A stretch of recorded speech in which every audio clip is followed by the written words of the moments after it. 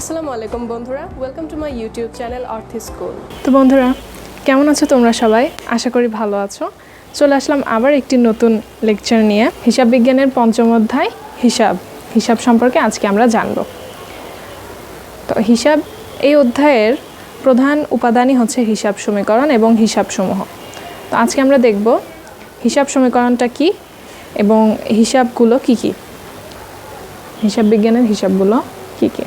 আচ্ছা, তো হিসাব সমীকরণ হচ্ছে asset equal liability plus owners equity, এবং বর্ধিত হিসাব সমীকরণ হচ্ছে assets equal liabilities plus capital plus revenue, এবং এই সমষ্টি থেকে বাদ যাচ্ছে এক্সপেন্সেস এবং ড্রয়িংস। তো এখানে অ্যাসেটস হচ্ছে সম্পদ, লায়াবিলিটিস হচ্ছে দায়, ক্যাপিটাল হচ্ছে মালিকের মূলধন, রেভিনিউ হচ্ছে আয়, এক্সপেন্সেস ব্যয়, এবং ড্রয়িংস হচ্ছে উত্তোলন। তো মূলধন এবং আয়ের সমষ্টি থেকে বাদ যাচ্ছে ব্যয় এবং উত্তোলনের, মূলধন এবং আয়ের সমষ্টি থেকে বাদ যাচ্ছে ব্যয় এবং উত্তোলন। এরপর এর সাথে যোগ হচ্ছে দায় অর্থাৎ লায়াবিলিটি, যোগ হয়ে তারপরে এই সমষ্টি আর এই সম্পদ অ্যাসেটস যদি সমান হয় তাহলে সেইটাই হচ্ছে হিসাব সমীকরণ। তাহলে assets equal liabilities plus capital plus revenue minus expenses minus drawings, এই হচ্ছে আমাদের হিসাব সমীকরণ। তো বন্ধুরা, আমাদের হিসাব হচ্ছে 5 প্রকার, মোট 5 প্রকার। প্রথম হচ্ছে সম্পদ হিসাব, ব্যয় হিসাব, আয় হিসাব, দায় হিসাব এবং মালিকানা সত্ত্ব সংক্রান্ত হিসাব। সম্পদ কি? ব্যবসায়ে উপস্থিত যেসব উপাদানের আর্থিক মূল্য আছে এবং যেগুলো ব্যবসায়ে উপযোগ সৃষ্টি করতে পারে সেগুলোই হচ্ছে সম্পদ। তো এতে কি বোঝাচ্ছে যে আমাদের ব্যবসায়ে উপস্থিত যেমন আসবাবপত্র, সরঞ্জাম, খুচরা যন্ত্রাংশ, এগুলো আমাদের ব্যবসায়ে এগুলোর আর্থিক মূল্য আছে এবং এগুলো বিভিন্ন কাজে ব্যবহার হয়ে থাকে ব্যবসায়ে, এগুলো উপযোগ সৃষ্টি করে। তো সেগুলো হচ্ছে সম্পদ।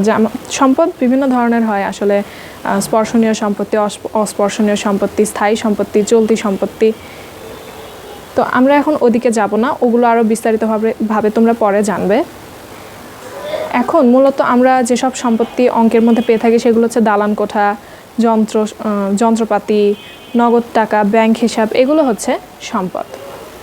তারপরে আসো ব্যয়। ব্যবসায়ের দৈনন্দিন কার্য পরিচালনায় এবং ব্যবসায় সম্প্রসারণে যে পরিমাণ অর্থ খরচ হয় সেটাই হচ্ছে ব্যয়।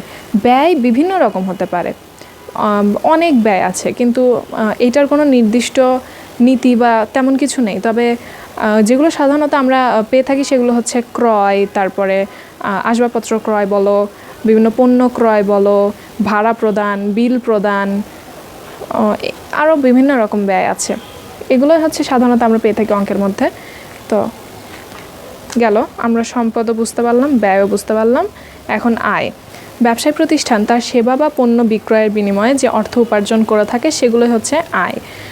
আবার সম্পদ বিক্রি করে যে আয়টা করে তারা, এটা ব্যতিক্রম, এটা সবসময় আমরা পাই না। তবে কিছু কিছু ক্ষেত্রে এমন হতে পারে যে ব্যবসায়ের সম্পত্তির কার্যকাল শেষ হয়ে গেছে, তখন সেক্ষেত্রে সম্পত্তিটা বিক্রয় করে আমরা কিছু টাকা আয় করতে পারি, এটা ব্যতিক্রম।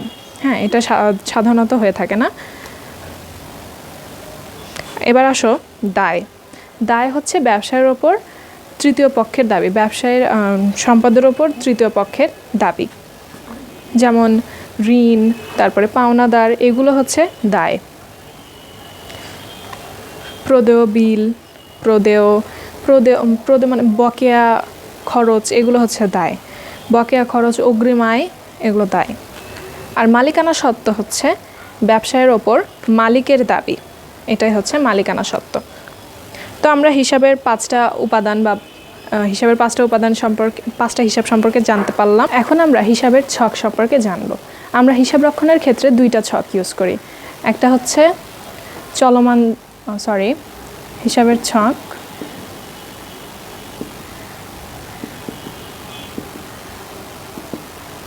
একটা হচ্ছে টি ছক,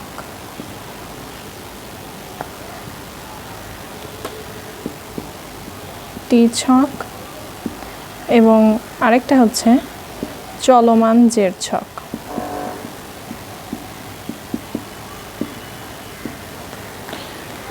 এই ছকগুলো আমরা ব্যবহার করে থাকি হিসাবের জের নির্ণয়ের ক্ষেত্রে। আমরা যখন হিসাবের জের নির্ণয় করব তখন আমরা এসব ছকের ব্যবহার দেখিয়ে দেব। আজকে এ পর্যন্তই বন্ধুরা, আশা করি তোমরা সবাই সব কিছু বুঝতে পেরেছ এই টপিক সম্পর্কে। তোমাদের যদি কারো কোনো সমস্যা থেকে থাকে তাহলে অবশ্যই আমাকে কমেন্ট করে জানাবে। তো ভালো থাকবে বন্ধুরা সবাই, আল্লাহ হাফেজ।